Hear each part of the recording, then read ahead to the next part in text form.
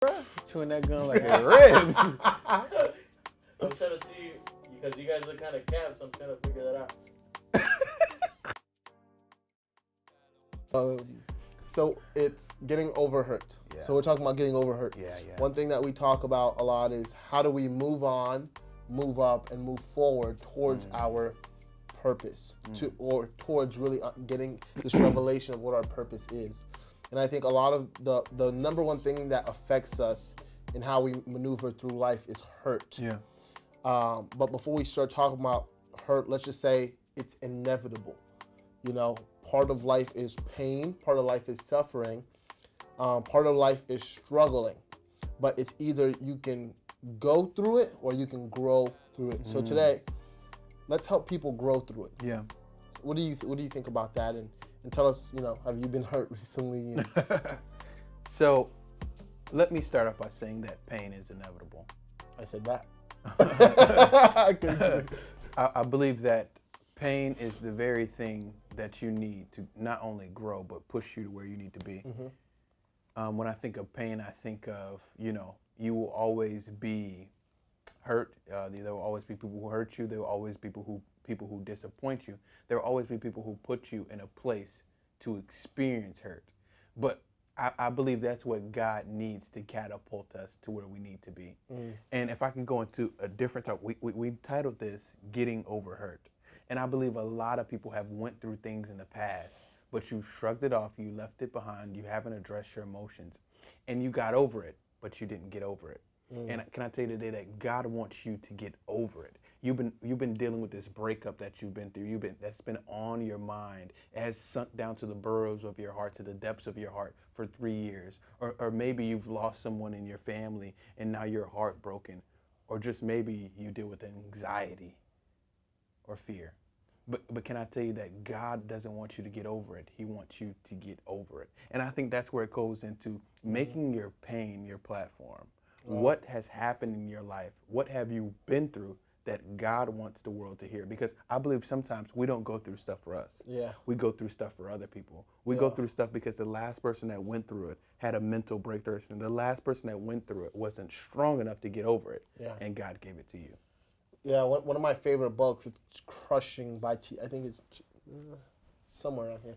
It's Crushing by T.D. Jakes, and he talks about this idea of being crushed. And in the faith aspect, we think that the harm that happens to us or the things that crushes us in life, we think that it's to damage us, but in reality, it's to develop us. Yeah. And in the same way, for example, if you're working out, and you know, I know you do a couple push-ups here and there. If you're working out, what you'll find out is as you continue to work out, you will get sore, and there will be some pain. But that pain is actually an indication that you are growing. That pain is sometimes that pain is sometimes an indication that you are being developed. Yeah. So I think that the first thing that we have to understand whenever we're going through any pain, or the mindset that we have to take on. Because again, it's like life is sometimes like playing a game of cards. You can't always control the cards that you get, but it's what you do with those cards. I've played cards with people that have had a great hand and lost, and I've played cards with people that had a terrible hand and won.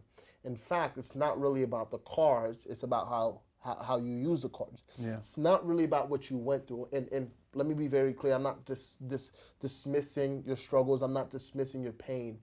But really what I'm saying is, how are you using the things that you've been through to actually impact somebody else? And I believe that the journey of purpose, the journey of impact, the journey of making a difference comes from whatever you went over, that you didn't stay under, but you went over. Yeah. So part of my story is, you know, I came to this country at the age of 6, didn't speak the language, didn't really know anybody. Yeah. But through that, navigating through these things, I've experienced a lot of challenges. I experienced a lot of setbacks. But now looking back, I see that the kid that didn't speak the language is now the kid that's speaking all across the country. The kid that, you know, didn't have a fine family dynamic of where we sat down and we ate together is now actually encouraging other people to get around the table and create bonds that are going to last them, Yeah. their lifetime. Yeah. So, but looking at my pain, now I have empathy for other people. And now I operate out of, and a lot of things that I do too, I also operate out of fear. Yeah. Sometimes we talk about fear being a negative thing, but Yeah. I sometimes believe that fear can actually propel us, not propel us, but fear can actually be the driving factor. So how do you even take something like fear and use it towards or for good? For example, part of something I struggled with is I have this thing called death anxiety. I'm Christian. I believe that, once I die, I'm going to heaven. I'm going to be chilling with Paul Peter and them. I believe that with all my mind, heart, and soul. But there's still a lingering thought of death anxiety that when I die, that's just it. But yet that also drives me to say, hey, every single moment that I have, I'm going to use it to live a life of impact, to live a life of purpose, to live a life of influence. So what do you think about fear or pain in that aspect? Do you think fear, pain, and our struggles can actually be the driving force to propel us to where we need to be? And maybe they're not Christian, or maybe they are Christian. Do you also believe that God allows pain sometimes so that we can actually learn from it and be the person that he actually created us to be? Of course. When I think about that, I think of Joseph in the Bible, and you heard me say this multiple times. The way that Joseph's story was crafted is beautiful. God comes to him with a promise. He says, hey, I'm taking you to the palace. But Joseph had a couple of detours before he got there. We know that he went to the pit, he went to the prison, and then he went to the proper place in hierarchy. And I'm here to tell you that that could be your life. But little did Joseph know, or maybe that he realized closer to the end, that the pit was always in the palace. Wow. The prison was always in the palace, forgive me. The prison was always in the palace. Wow. So I think it's time to speak to a special audience for this one. I believe this is not for people who, have the best life, or maybe you have it all together. This video is not for you. This is for the person who fear is hiding behind a smile, or maybe there's something that happened in your childhood that followed. This video is for you. Maybe this video is for somebody who didn't get over it, but that wants to get over it. And can I tell you that the blessing happens after the breaking? Wow. And as the miracle happens after the misery. And the congratulations happens after the criticism. And for us, the peace comes after the pandemic. And in order for us to get past to where we are, we have to know where we're going. And I really believe that in a time like this, you have to be channeling your pain. Like Denis said, you have to be channeling your fear into a place where you say, I'm going to use this. I'm going to use the negative feedback that everybody told me. I'm going to use how my parents said I would never be anything. I'm going to use how my friends don't believe in me. I'm going to use the fact that I have no money to propel me where I need to go. Wow, I think that is so powerful. And even, for the people that's scared to do something, one thing that I always say to myself, and, I do a lot of things on the side that people don't even know about. Yeah. And, as I step out and I try to do different things, I get severe anxiety sometimes. Like, hey, how am I going to figure this out? How am I going to do this, But one thing I say to myself, it's either I try and I fail. It's either I try and succeed, or it's either I try and nothing happens. Well, I want to take the 50-50 option. It's either try and fail, and failure is not really failure if you actually learn something. Or I try and succeed. And even as I look back on my life, there's a whole bunch of different things that I've tried to do that people would say was a failure. It didn't happen. Remember, we tried to make music, we tried to do a clothing line. But now, in the position that I'm in today, or when I wanted to become a photographer, or when I wanted, now what I'm realizing is actually I'm a person that has multiple passions, and now the positions that I sit in today, I'm actually using all of those things that in one season I thought was a failure. So the encouragement that I want to say to people right now is that you have to understand that there is so much more to your story. And you cannot you cannot judge your whole entire story by how one chapter looks. Yep. And I love how you're talking about that story of Joseph. If we can go back to it for a second, maybe you're not a Bible person or whatever.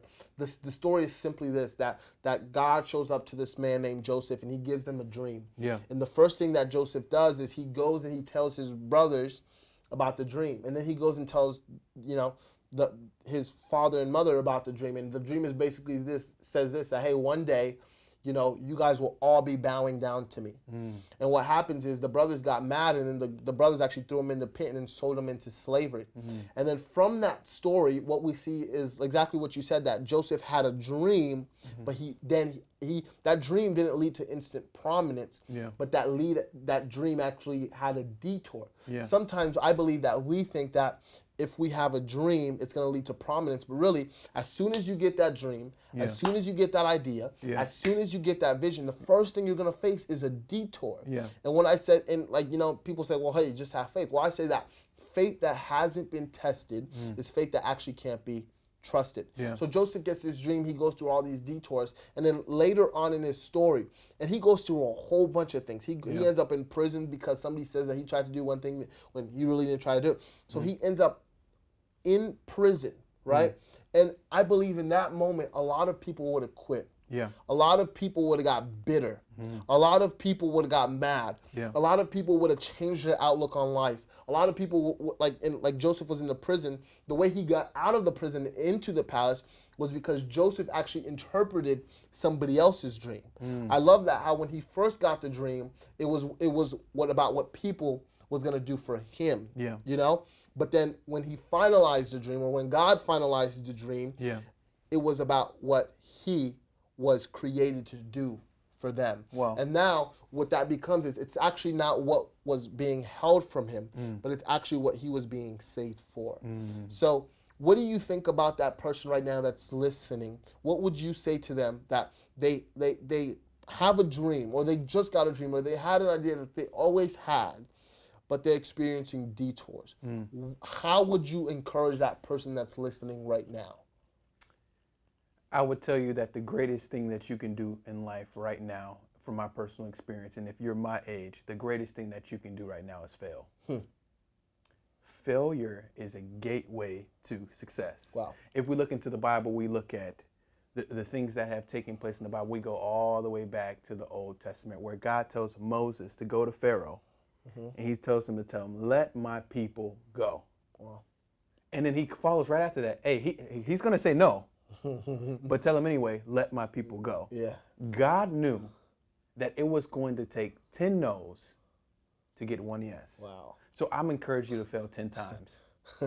Maybe 2010 wasn't your year, maybe 2011 is not your year, maybe 2012 is not your year, and so on and forth. But I encourage you to fail 10 times. So good. Because it's after the 10th time. And most people will tell you, hey, try it again, but it's try, because if God has told you to do something, you should do it. And to piggyback on what you said off of Joseph, I love the part about his story with his brothers, when he goes to his brothers and tells them, hey, bro, y'all going to be bowing down to me one day. And God gave him this amazing vision. But one day I thought to God, what if Joseph kept his mouth closed? What if Joseph didn't say anything? And I believe sometimes the vision that God gave us is not for other people, but it's for us. But since we run our mouths, we tell our things, it gets us in a position, into a pit. Wow. So my advice for people would be to fail until you succeed. That's so powerful. That's so powerful. And even as we look, in different spaces, if we move outside of the church realm, if we look at entrepreneurs, like we all heard Oprah was fired from the, station that she worked at. Michael Jordan got cut from the basketball team or whatever. A whole bunch of people that you can trace it back, and you can see so many instances of what seemed like failure, but really, or what seemed damaging, but really what was actually developing them. So the same thing that we started off when we first started talking about, how do you get over hurt? I believe that hurt is not something you will always be able to get over instantly, but it's something that you have to go through.